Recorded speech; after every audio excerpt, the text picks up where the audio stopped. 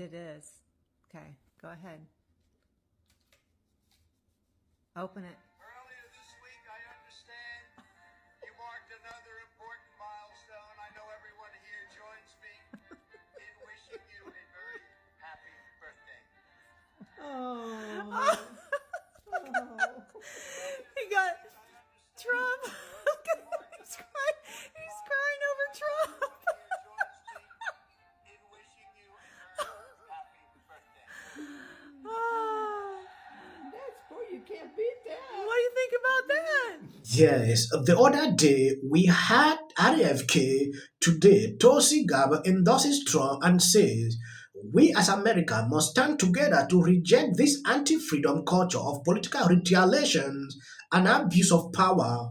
And I will tell you, said it before, I went to a Donald Trump rally when I was campaigning in New Hampshire back in the winter of 23. Yeah. And I was met with handshakes and friendship and hospitality and decency. Yeah, because you should be a Republican. I should be a Republican. Yes, you know somebody is on track if Democrats are doing this. When you take a look here, you can see clearly.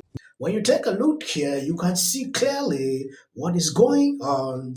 RFK says he is being forced to cough up 10 million because the Democratic Party is suing him to keep him off ballot. This is the same party that pride itself on being the pro-democracy party.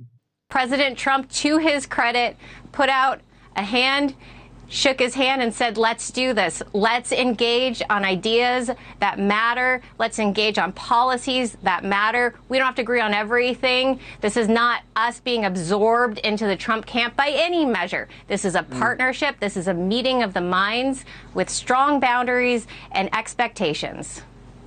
What are the boundaries? Well, I think the thing is we don't overlap perfectly, but we do overlap on 5 key things, and we got to stick to those 5 key things. That is free speech, very important. Anti-war, ending these endless wars we're in overseas, putting that money back into America, putting Americans first, really trying to figure out how to create stability in our foreign policy. Chronic health, obviously, this is the biggest one. We want families to know that they are going to be met with credible health care, honest healthcare, and no more censorship. That's a really, really big one. So My community. So with that being said, to all of the MAGA haters that were mad because I came and worked for RFK, we're back, bitches. Let's go. Democrats underestimated this man. They didn't see his power until after he dropped out that they started realizing the impact he can put in. A lot of people are changing their minds, like you can see here. Watching CNN a few hours ago, former Obama advisor warned them not to demonize him because if they're there, a lot of his followers are going to change their, even a lot of Democrats that look at him with different eyes will change their mind. How big you think, one, this is? Him stepping aside, him not being in the battlegrounds, him supporting Trump, and him trashing the Democratic Party that he left? Well, I think this is absolutely monumental because I think we are in a novel moment in American political history where many of us who hold different positions on the political spectrum, have different priorities with respect to policy, are finding that none of our differences matter in light of the jeopardy that the republic is in. And so what he is effectively doing here is he is saying those differences aren't going away, but they're just simply secondary. And he is both structurally, by withdrawing from certain ballots and not others, he is emboldening a movement that is more widely recognizing that those differences have to be put aside until the main job is done.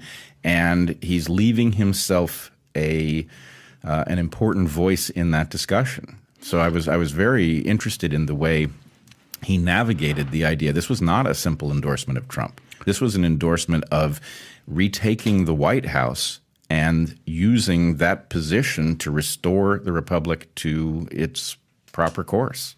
Yes, let me say this. Joe Rogan last week did something, I think a segment where he appreciated RFK like he's the only person that stand up to these people. And at a certain point, Trump was annoyed. Like, why would Joe Rogan continue to advocate for this person? Trump made a comment. It went viral on social media. At that time, I didn't expect that things would change like this. And I pray Joe Rogan should now look into this new team and change his mind and endorse. It is amazing to see this team and seeing how the mainstream media is struggling to ignore it, but they can't. When I look at latest polls, how they are struggling to say, oh, Let me just be perfectly clear about this.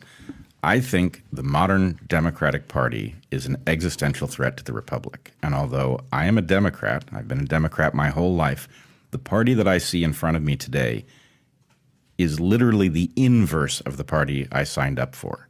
This is now the party of war. This is the party of racism. This is the party of... I don't recognize this party. There is no conceivable scenario in which I would vote for Kamala Harris. I just simply will not do it. Am I open to voting for Trump? I am. I'm especially open to it if he is partnered with Bobby Kennedy, because what that tells me is that my values, which are a much closer match for Bobby's, are represented in that administration. And that's really what I want. I want a coalition to redefine American politics because, frankly, we have a long-standing problem with corruption, which has now turned into something else with the modern Democratic Party. But we need to rethink the way we govern ourselves so that corruption is not the dominant force, and a coalition is the way we're going to do that. this is the best.